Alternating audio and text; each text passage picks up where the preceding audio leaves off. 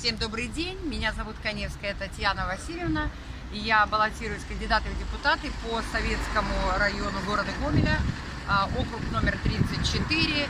И на данный момент я хочу одну из самых важных проблем нашего города и нашего региона осветить. Это замечательные ларьки табакерки, которые размещены по всему городу и размещены по всей Республике Беларусь.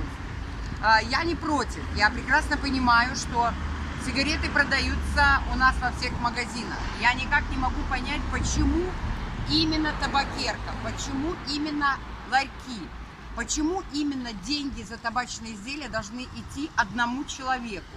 Ведь это монополия получается, что весь доход от сигарет, от табачных изделий будет идти только в табакерку. Но даже дело не в этом. Мы говорим о том, что курение это плохо, мы пытаемся нашу нацию сделать здоровой.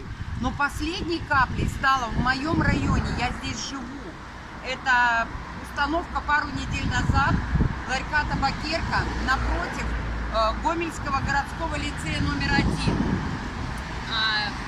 Здесь обучаются дети, которые с 7-8 класса. Это физико-математические и гуманитарные науки здесь проходят. Дальше за ним музыкальная школа.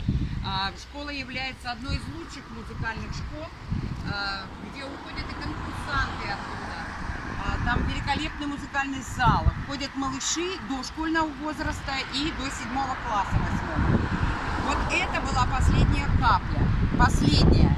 И поэтому я призываю вас всех, присоединяйтесь к моей группе, поддерживать меня для того, чтобы мне нужна инициативная группа большая, присоединяйтесь.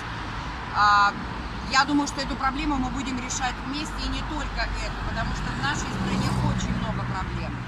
Но на данный момент для меня вот это самая важная проблема, в данный момент и сегодня, это табакерка.